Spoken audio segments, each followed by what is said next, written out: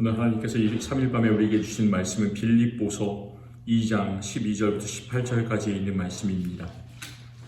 그러므로 나의 사랑하는 자들아, 너희가 나 있을 때뿐 아니라 더욱 지금 나 없을 때에도 항상 복종하여 두렵고 떨림으로 너희 구원을 이루라.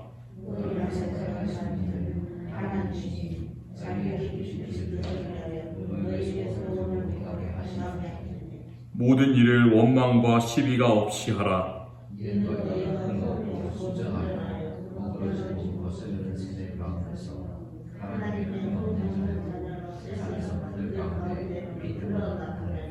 생명의 말씀을 밝혀 나의 다름질이 헛되지 아니하고 수고도 헛되지 아니하므로 그리스도의 날에 내가 자랑할 것이 있게 하려 함이라.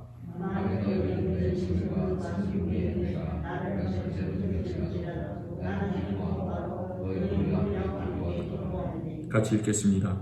이와 같이 너희도 기뻐하고 나와 함께 기뻐하라. 아멘. 오늘 말씀의 제목을 너희 구원을 이루라, 이런 빌립보서 2장 12절 말씀에 나오는 내용으로 붙여보았습니다. 그런데 좀 깊이 생각해보면 너희 구원을 이루라, 이런 빌립보 교인들을 향한 사도 바울의 권면은 우리 특별히 장로교인들이 생각하는 구원관과 조금 다른 것 같아서 고개를 갸웃거리게 만들 수도 있습니다. 이 구절은 사도 바울이 다른 곳에서 말하는 그런 바울 스스로의 구원에 대한 그런 입장들과 약간 좀 차이가 있어 보입니다. 사도 바울은 로마서 10장 9절에서 우리가 구원을 얻을 수 있는 방법을 이렇게 말씀하고 있습니다. 우리가 참 잘 아는 구절입니다. 내가 만일 내 입으로 예수를 주라 시인하며 또 하나님께서 그를 죽은 자 가운데 살리신 것을 내 마음에 믿으면 구원을 받으리라. 우리가 잘 아는 구절이잖아요. 그리고 그 다음 바로 10장 10절에는 더 간단하게 그것을 요약합니다. 사람이 마음으로 믿어 의에 이르고 입으로 시인하여 구원에 이르느니라. 여기서 보면 두 단계를 이야기합니다. 하나는 믿는 것, 그리고 입으로 시인하는 것, 우리의 고백을, 예수 그리스도에 대한 고백을 하는 것, 이것이 바로 구원에 이르는 방법입니다. 그리고 누가가 쓴 사도행전 16장에서 빌립보잖아요. 빌립보 그 감옥에 신라와 함께 갇혔을 때 그곳 간수에게도 똑같은 말을 하고 있습니다. 주 예수를 믿으라. 그리하면 너와 너의 집이 구원을 받으리라. 이렇게 말했습니다. 아주 간단한 방법입니다. 믿는 것. 주 예수를 믿으면 바로 우리가 구원을 얻게 된다. 그리고 그분에 대해서 신앙 고백을 하면 된다. 아주 간단한 방법입니다. 그러니까 이 바울의 구원에 대한 그런 시각은 바로 내 자신의 능력으로, 노력으로 구원을 받는 것이 아니라 하나님께서 거저주시는 은혜의 선물이다라는 것을 늘 강조를 하고 있습니다. 은혜의 선물. 은혜라는 말은 그냥 grace, 거저주시는 선물이라는 말이에요. 공짜로 주시는, 우리가 노력하지 않는데도 주시는 그런 것이라는 말씀입니다. 그런데 우리가 읽은 그 빌립보서 2장 12절 말씀에서는 왜 항상 복종하여 두렵고 떨림으로 너희 구원을 이루라, 이렇게 말하고 있을까요? 완전히 상반되는 것 같은 말씀을 하고 있습니다. 이 말씀을 생각해 보면 하나님께서 우리에게 주시는 은혜의 선물만으로는 구원이 충분하지 않고 우리의 힘으로 구원을 성취해서 나가야 한다라는 것을 강조하는 것처럼 보입니다. 어떤 게 맞을까요?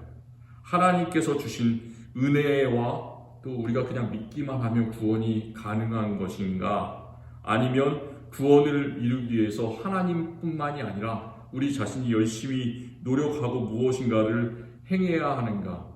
하나님과 함께 무엇인가를 해야 하는가? 어려운 말로 신인협동설이라고 하는데 그렇게 해야 되는가? 이 논쟁은 기독교 아주 긴 역사에서 아주 큰 논쟁거리였습니다. 끊이지 않는, 지금까지 2000년 동안 계속되고 있는 논쟁거리입니다. 그런데 하지만 은혜가 우선되어야 한다. 혹은 행위가 우선되어야 한다. 이런 말싸움은 별로 필요가 없습니다. 이 두 개를 다 하면 돼요. 우리는.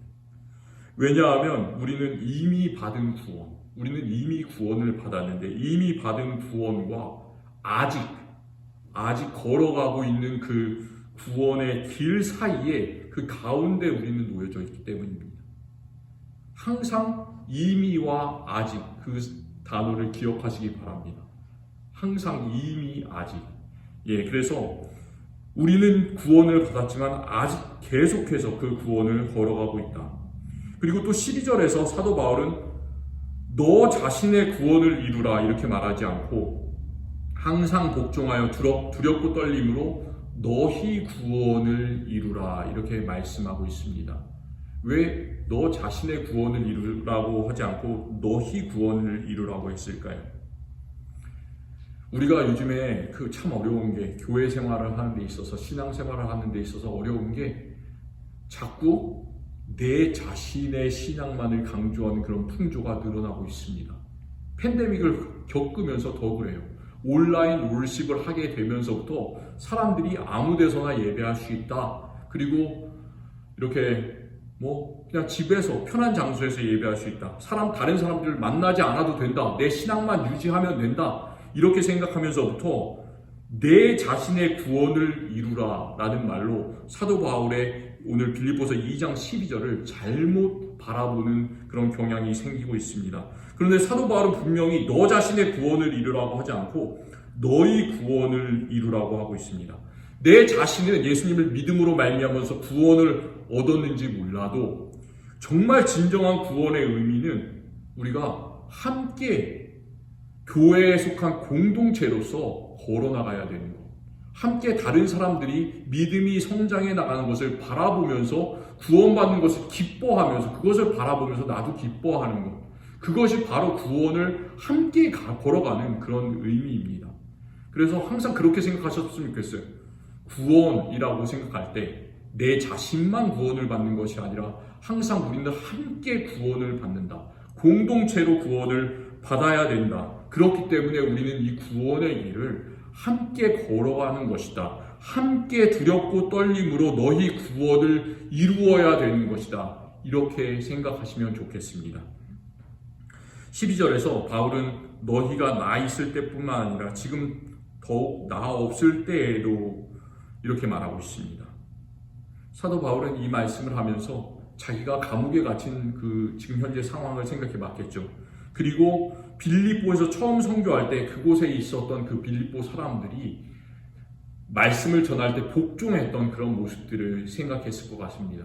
빌립보에서 어떤 일이 일어났는지를 우리는 기억할 수 있습니다. 거기에서 이름 없었던 자색 옷감을 파는 그 옷감 장사 루디아라는 그런 사람이 바울에 순종했습니다. 그래서 그의 집을 열어서 예배할 수 있는 공간으로 내어주었습니다.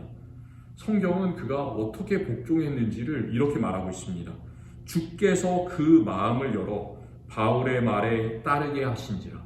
그 마음을 일단 우리가 마음이 열려야 돼요. 모든 것에 대해서. 교회 생활에 대해서, 믿음에 대해서 마음이 열려야 되고, 마음이 열리고 나서 바울의 말에 따르게 하신지라. 그 말은 그대로 말한 대로 순종했다는 것이죠. 우리의 마음에도 그런 마음이 생겼으면 좋겠어요. 또 이 사람이 이렇게 얘기할 때, 저 사람이 저렇게 얘기할 때, 또 마음이 열리지 않고 우리 마음에 불평이 들 때가 있는데, 하나님께서는 그런 것을 요구하시는 것이 아니라, 논쟁을 요구하시는 것이 아니라, 우리가 마음을 열고 하나님께 나아가고 순종하기를 하나님께서는 우리에게 원하고 계십니다.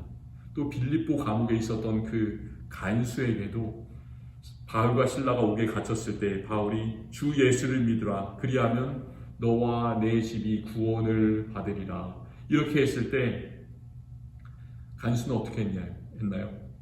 오히려 바울을 못 살게 굴었습니까? 더 가두었습니까? 그렇게 하지 않았죠. 마음이 변화되고 마음을 열어서 그 간수의 가족이 다 세례를 받고 하나님을 믿게 되었습니다. 그러니까 오늘 말씀 12절에서 두렵고 떨림으로 너희 구원을 이루라. 이 말씀은 처음에 믿는 믿음이 식어지지 말고 계속해서 바울이 그들과 함께 있던, 그들을 떠나서 감옥에 있던 어떤 상황에 있던 간에 그 교인들이 항상 예수 그리스도를 향한 믿음을 유지해 나갔던 것처럼 처음 믿음, 빌립보 교인들이 빌립보에 있었던 루디아, 가인수 이런 사람들이 그 마음을 열어서 하나님을 믿고 나갔던 것처럼 그것을 계속해서 그 믿음을 유지해 나가야 된다라는 그런 것을 뜻합니다. 우리의 믿음이 처음처럼 잘 유지가 되고 있습니까? 생각해 보십시오. 내가 처음 믿은 순간들, 그리고 10년 지났을 때, 20년 지났을 때, 그리고 지금 나의 믿음이 어디로 가고 있는가? 그리고 또 내 믿음뿐만이 아니라 사도 바울이 오늘 말씀에서 강조하는 우리 교회의 믿음이 어디로 가고 있는가 생각해 보셨으면 좋겠습니다. 요한계시록에 나오는 그 소아시아의 7교회가 있습니다. 첫 번째 교회가 에베소 교회인데 주님께서는 아주 강한 말로 한마디를 책망을 하셨습니다. 이 교회에 대해서 너는 너의 처음 사랑을 버렸느니라.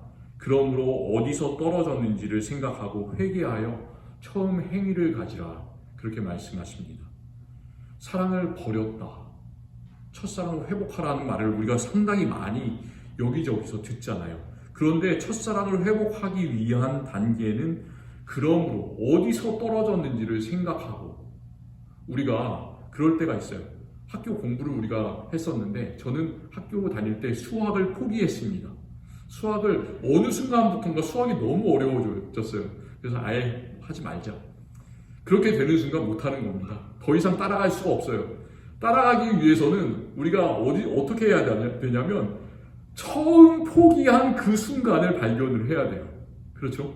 처음 내가 고등학교 1학년 때 포기했는지, 고등학교 2학년 때 포기했는지, 내 믿음이 떨어졌다면 내가 어디서부터 이 주님과의 믿음의 관계가 뒤틀렸는지 그 순간을 기억하고 거기서 다시 시작을 해야 우리는 믿음을 회복할 수 있습니다.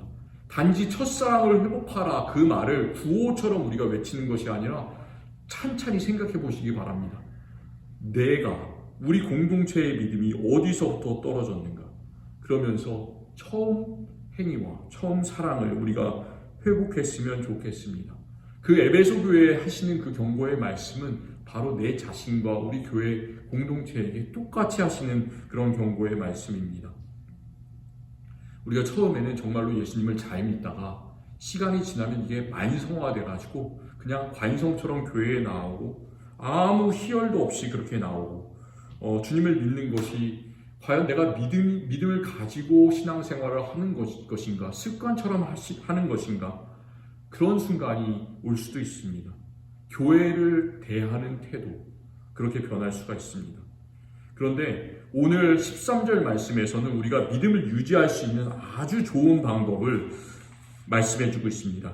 13절 말씀을 우리 한번 같이 다시 한번 읽어봤으면 좋겠습니다. 너희 안에서 행하시는 이는 하나님이시니 자기의 기쁘신 뜻을 위하여 너희에게 소원을 주고 행하게 하시나니. 여기서 저는 행한다라는 그런 단어를 강조하고 싶습니다. 첫 번째는 앞에서는 너희 안에서 행하시는 하나님, 행하시는 분은 하나님이시다라고 말씀하고 그 뒤에서는 너희에게 소원을 두고 행하게 하시나니. 그러니까 여기 뒤에서는 행하는 사람이 바로 하나님이 아니라 우리가 행하는 거예요. 그런데 똑같은 단어를 행한다라는 그 단어를 쓰고 있습니다. 제가 하나 예를 들려고 합니다. 혹시 2000년대에 모르겠어요. 한국의 광고 한 1990년대부터 있었던 것 같아요. 미국에서도 이런 광고가 있었던 것 같고 2000년대에 나왔던 광고 같은데 그 에너자이저라는 건전지 광고를 혹시 기억하십니까? 건전지 브랜드가 몇 개가 있잖아요. 그 에너자이저는 제가 그 에너자이저를 광고를 하려고 하는 게 아닙니다. 이게 다른 것보다 세다 뭐 이런 걸 얘기를 하려고 하는 게 아니라 그 안에 있는 좀 내용들을 이야기하고 싶어서 이런 것들을 이야기하고 있습니다. 오해하지 마셨으면 좋겠어요. 그 광고를 보면 건전지 2개가 이렇게 서로 푸시업을 할 때도 있어요. 푸시업을 막 100만 개, 100만 1개 이렇게 하면서 푸시업을 합니다. 그리고 또 다른 그 시리즈에서는 높은 산을 올라가기도 해요. 이렇게. 그래서 근데 푸시업을 하다가 옆에 있는 다른 건전지는 중간에 익 하면서 이렇게 멈추는데 이 에너자이저는 계속해서 100만 개, 100만 한 개 계속 하는 거예요. 끝없이 하는 겁니다. 산에도 멈추지 않고 에베레스트 산 같은 그런 높은 산을 계속해서 끊임없이 이렇게 올라가는 것을 봅니다. 제가 그 에너자이자 그 건전지 이야기를 하는 것은 13절 말씀에 있는 이 행한다라는 단어를 강조하기 위해서입니다. 13절에서 너희 안에서 행하시는 이는 하나님이시니 또 너희에게 소원을 두고 행하게 하시나니 이렇게 말씀하시는데, 여기서 나오는 행한다라는 그런 말은 그냥 우리가 보통 어떤 일을 한다라는 뜻이 아니고요. 사도 바울만 특별하게 이 단어를 엄청나게 강조하는 말입니다. 다른 사람들은 이 단어를 쓰지 않는데 사도 바울만 정말로 이 단어를 많이 씁니다. 헬라어로는 이 단어를 에네르곤이라고 합니다. 에네르곤. 어디 많이 들어본 단어죠. 에네르곤. 영어로는 에너지라는 말이에요. 에너지. 거기서 에네르곤에서 에너지라는 말이 나왔습니다. 그러니까 하나님께서는 우리가 믿음을 가지고 믿음의 실천을 할 때, 세상을 살아갈 때 억지로 반짝 짧은 시간에 확 이걸 하고 그냥 에너지를 그냥 바로 쓰고 멈추게 하는 그런 분이 아니라, 그 에너지라는 말은 계속해서 하게 한다는 그런 말씀이에요. 계속해서 우리 안에서 하나님께서는 우리가 뭔가를 할 수 있도록 계속해서 행하신다. 우리의 믿음을 계속해서 유지할 수 있게 이렇게 일하신다라는 그런 말씀이 이 행한다, 에네르곤이라는 말에는 들어 있습니다. 하나님만 우리 안에서 에너지를 주시는 것이 아니라 우리도 하나님의 뜻을 위해서 하나님을 위한 그런 목적을 가지고 계속해서 무엇인가를 할 수 있게 하는 것, 에너지를 우리가 계속해서 발휘할 수 있게 하신다라는 그런 말의 뜻이 있습니다. 혹시 내가 잠깐 뭔가를 하고 금방 포기한다 라고 생각하신다면, 교회 일을 하는 데 있어서도 잠깐은 막 열심히 일을 하는데 금방 이렇게 사그라든다, 믿음이 사그라든다 라고 생각하신다면 13절 말씀을 꼭 기억하시기 바랍니다. 하나님께서는 우리를 그렇게 잠깐 동안만 반짝 일하게 하시는 분이 아니라 에너자이저가 절대 멈추지 않는 것처럼 그렇게 계속해서 우리가 오랫동안 믿음의 길을 갈 수 있도록 우리를 격려해 주시고 우리 안에서 힘을 주시는 분이십니다. 그러니까 우리 안에 나는 정말 끈기가 약해, 믿음이 약해라고 생각하신다면 그 마음을 버리셨으면 좋겠어요. 그리고 계속해서 우리가 갈 수 있도록 하나님께서 내 안에서 힘을 주시는구나 늘 생각하셨으면 좋겠습니다. 그렇다면 하나님께서 왜 멈추지 않으시고 우리 안에서 일하게 하시는 걸까요? 그 이유가 뭘까요? 왜 계속해서 이렇게 일을 우리가 하게 하시는 걸까요? 첫 번째는 우리가 이 세상 가운데서 굳게 서게 하기 위해서입니다. 우리가 지난주에 이렇게 말씀을 나눴는데 빌립보서 1장 27절에서 한 마음으로 서서 한 뜻으로 복음의 신앙을 위하여 협력하는 것과 이렇게 한 뜻으로 서서 그 자리에 굳게 서 있는 것이 상당히 중요하다고 말씀을 합니다. 우리는 이렇게 세상에서 흔들리지 않고 굳게 서야 됩니다. 그런데 빌립보서 2장 15절은 단지 우리가 그 자리에 굳게 서 있는 것뿐만이 아니라 한 가지를 더 우리에게 요구하고 있습니다. 그 한 가지 요구하는 것은 하나님의 끊임없는 그 힘을 받아서, 에너지를 받아서 믿음으로 행해야 되는 이유는 이 구절이 참 유명한 구절입니다.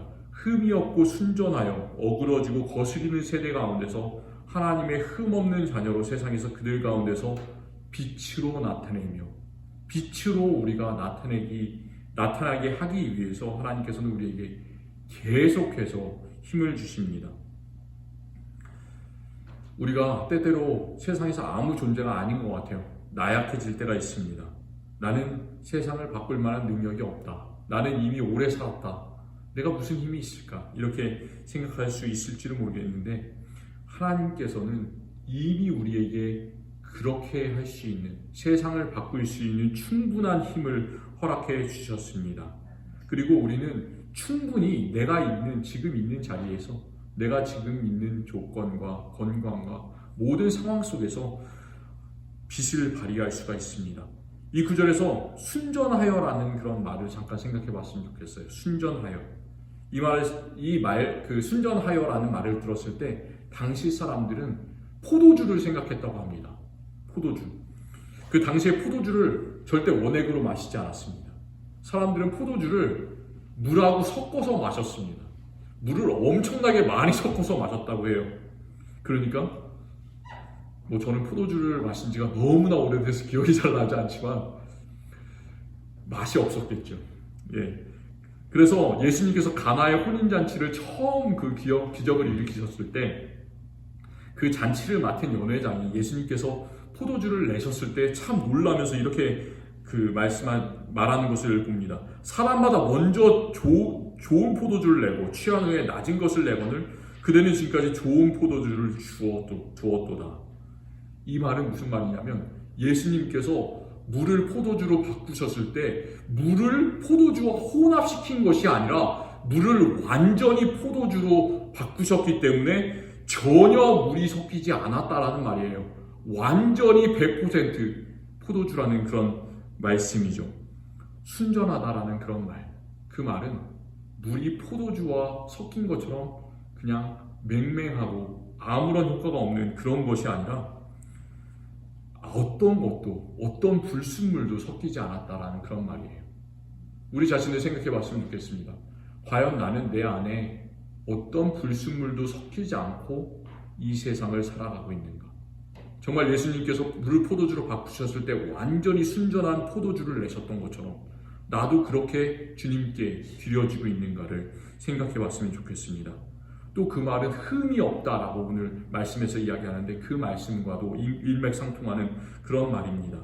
구약시대에 이스라엘 백성이 제물을 준비할 때 철저하게 하나님께서는 흠이 없는 그런 동물을 준비하라고 하셨잖아요. 예수님께서 성전에서 그 제물을 파는 사람들, 동물을 파는 사람들을 채찍으로 몰아내시고 상을 뒤집어 엎으신 이유도 거기서 단지 물건을 팔았기 때문이 아니라 그냥 아무 것이나 장사하기 위해서 당연히 그렇기 때문에 그 동물은 흠이 있는 동물들이었겠죠. 이런 모습, 흠이 없는 모습, 순전한 모습은 세상이 하는 모습과는 완전히 정반대입니다. 오늘 말씀에서 세상을 이렇게 표현합니다. 어그러지고 거스르는 세대라. 그 말은 어떤 거냐면 크롭트. 뭔가 중간에 가다가 스트레이트 하면서 나가는 것이 아니라 우회로가 있고 중간에 많은 계략들이 있고 뭔가 속임수가 있고 그런 것이 바로 세상의 모습이라는 그런 뜻입니다. 중간에 계략으로 함정으로 우리가 살아가고 있는가?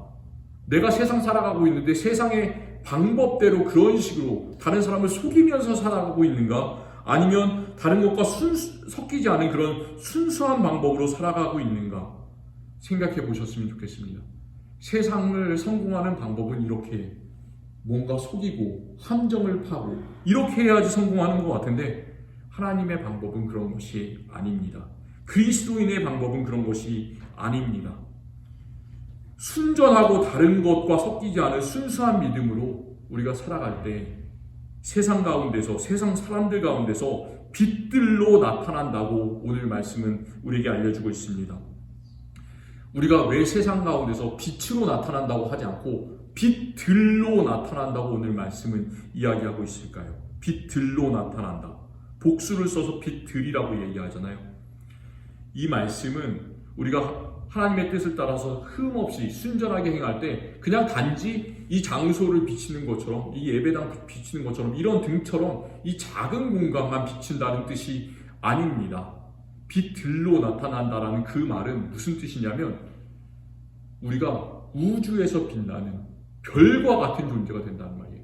전체 우주를 비추는 존재가 된다는 말입니다.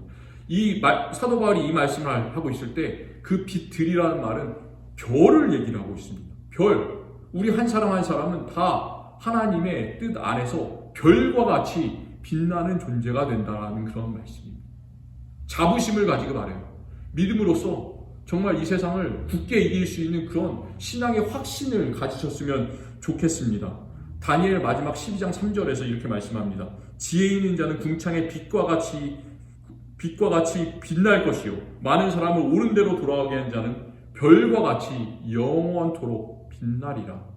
다니엘이 정말 다른 여러 가지 앞에 부분에는 다니엘이 얼마나 그 바벨론 가운데서 신앙을 유지하며 살아가는 자기 자신의 얘기가 나오고, 뒤에 부분 7장부터는 묵시록이잖아요. 앞날에 어떻게 일어날 것인가, 세상이 어떻게 바뀔 것인가, 이런 얘기를 정말 비밀한 말씀들을 하고 있는데, 맨 마지막에 하는 얘기는 그 모든 것들을 다 결합하면서 결론은 많은 사람을 지혜로서 옳은 대로 하나님 뜻대로 돌아오게 한 자는 별과 같이 영원토록 빛나리라. 그것이 바로 다니엘의 결론입니다. 우리 모두에게 그런 은혜가 있기를 원합니다. 사도 바울은 이제 처음에는 우리가 지난 시간에 나눴던 말씀에는 그리스도의 겸손을 본받아라, 예수님께서 어떻게 낮아지셨다가 어떻게 높아지셨는지 그 말씀을 하시는데, 이제는 그리스도의 겸손함만 본받아라 이렇게 하지 않고 내 자신을 본받아라 이렇게 말하고 있습니다. 내 자신, 사도 바울 스스로가 이 많은 빌립보 교인들에게 본보기가 되기를 원하고 있습니다. 우리가 예수님을 따르십시오 이렇게 제가 앞에서도 강단에서도 선포하는 것은 쉽습니다. 말만 하는 것은 참 쉽습니다. 그런데 저도 말씀을 이렇게 증거하면서 한 가지 마음에 참 두려움과 어려움이 드는 것은, 내가 선포하는 만큼 나는 살아가고 있는가 두려움이 듭니다. 교회에서 믿음의 지도자들이 본보기를 보이지 않는다면 참 믿음의 길을 우리가 가기가 쉽지가 않습니다. 그런데 사도 바울은 자기 자신이 그렇게 믿음의 본보기를 실천했습니다. 세 가지 자랑할 것이 있다고 그랬어요. 16절 말씀에는 나는 믿음의 달리기를 끝까지 한다. 생명의 말씀을 밝혀 나의 다름질이 헛되지 아니하고. 이 다름질에 관한 비유는 사도 바울이 너무나 즐겨 자주 하는 그런 비유입니다. 끝까지 나는 믿음의 달리기를 하고 있다. 나는 선한 싸움을 싸우고 달려갈 길을 마치고 믿음을 지켰으니, 그 디모데후서 맨 마지막에 유언과 같은 말씀에서 이야기를 하고 있습니다. 그리고 또 그는 16절 말씀에서 열심히 수고한다고 하고 있습니다. 열심히 수고한다. 그래서 그는 고린도전서 15장 10절에서 내가 모든 사도보다 더 많이 수고하였으나 내가 한 것이 아니요 오직 나와 함께 하신 하나님의 은혜로다. 이렇게 고백하고 있습니다. 사도 바울은 텐트 메이커였습니다. 텐트 메이커란 말은 직접적으로 그는 텐트를 만드는 일을, 생업을 가지고 있었어요. 그래서 복음 전파를 하는 데 있어서 그냥 다른 교회들이 후원해 주는 것만 바라지 않고 스스로 돈을 벌어서 그 자신의 선교를 감당을 했습니다. 참 대단한 사람이었습니다. 나는 달려갈 길을 다 하고 있다. 수고한다. 그뿐만이 아니라 17절 말씀에는 나는 내 스스로를 하나님께 전제로 드린다라고 하고 있습니다. 전제라는 그런 제사는 포도주를 그 동물 위에다, 제물 위에다 부어드리는 제사입니다. 동물이 이렇게 불탈 때 그 위에다 포도주를 부으면 어떻게 되겠습니까? 그냥 다 날아가 버리겠죠. 잠깐 동안 냄새가 나겠죠. 그런데 아무 형체도 없이 날아가 버립니다. 동물이 타고 나면 죄가 남는데 전제는 그런 것도 아니고 아무것도 남지 않게. 사도 바울, 내 자신은 하나님 앞에서 아무것도 남지 않아도 좋습니다. 그렇게 말하고 있습니다. 그럼에도 불구하고 이런 자신의 헌신을 통해서 빌립보 교인들의 믿음이 더 자라나게 된 것을 보면서 감옥에서도 그는 이제 죽을 날이 얼마 남지 않았는데도 나는 기뻐하고 너희 무리와 함께 기뻐한다. 이렇게 말하고 17절에서도 말하고 또 18절에서도 이와 같이 너희도 기뻐하고 나와 함께 기뻐하라. 내 자신뿐만 아니라 너희들도 이렇게 똑같이 기뻐하라. 어떻게 이렇게 감옥에서 기쁨의 그런 명령과 스스로에게 기뻐하라라는 말이 나올 수 있겠습니까? 이 말씀을 통해서 우리도 항상 복종하여 두렵고 떨림으로 우리의 구원을 함께 이루어 나가기를 원합니다.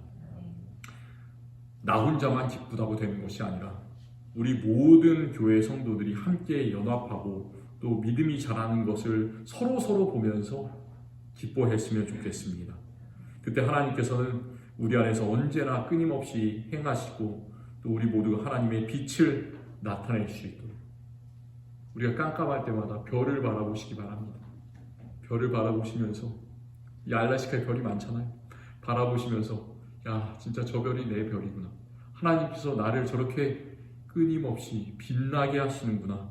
그것으로 위안을 삼으시고 우리가 이 세상 살면서 빛으로 드러나기를 원합니다. 하나님 감사합니다. 오늘 말씀 참 우리에게 많은 도전이 됩니다. 주님, 우리가 세상과 짝하여 세상 방식대로 어그러지고 거스르게 살아갔던 우리들의 모습이 있다면 주님 불쌍히 여겨주시옵소서. 우리가 회개합니다. 주님께로 돌아오기를 원합니다. 세상의 방식이 아니라 흠이 없고 순전하여 예수 그리스도께서 우리를 위해서 십자가를 지시고 복종하셨던 그 방식대로 살아가게 되기를 원합니다. 그때 세상은 미련하다고 우리를 손가락질하지만 하나님께서 우리의 주인이 되시오니, 하나님께서 이 세상을 다 만드시고 이 세상의 모든 것들을 다 가지고 계시오니 우리 성도님들 한 분 한 분에게 주님께서 원하시는 큰 복을 허락하여 주시옵소서. 그래서 세상을 이기면서 살아가게 하여 주시옵소서. 세상의 빛들로서 나타나게 하여 주시옵소서. 우주의 별과 같이 빛날 수 있는 우리 귀한 성도들 한 명 한 명 다 되게 하여 주시옵소서. 때때로 우리가 바울과 같이 어두움 가운데 그리고 감옥에 갇힌 것과 같은 가운데 어떻게 해서든지 빠져나갈 수 없는 것 가운데 살아갈 때가 있습니다. 주님, 우리가 그때 주님께 매달리기를 원합니다. 기도하기를 원합니다. 그때 빌립보 감옥에서 착고가 풀어져서 지진이 일어나고 감옥문이 열린 것처럼 우리에게도 그런 기적을 일으켜 주시기를 원합니다. 하나님, 우리 정말로 주님만 믿고 의지하기를 원합니다. 주님, 우리 마음 만져주시고 이끌어 주시옵소서. 예수 그리스도의 이름으로 간절히 기도드립니다. 아멘.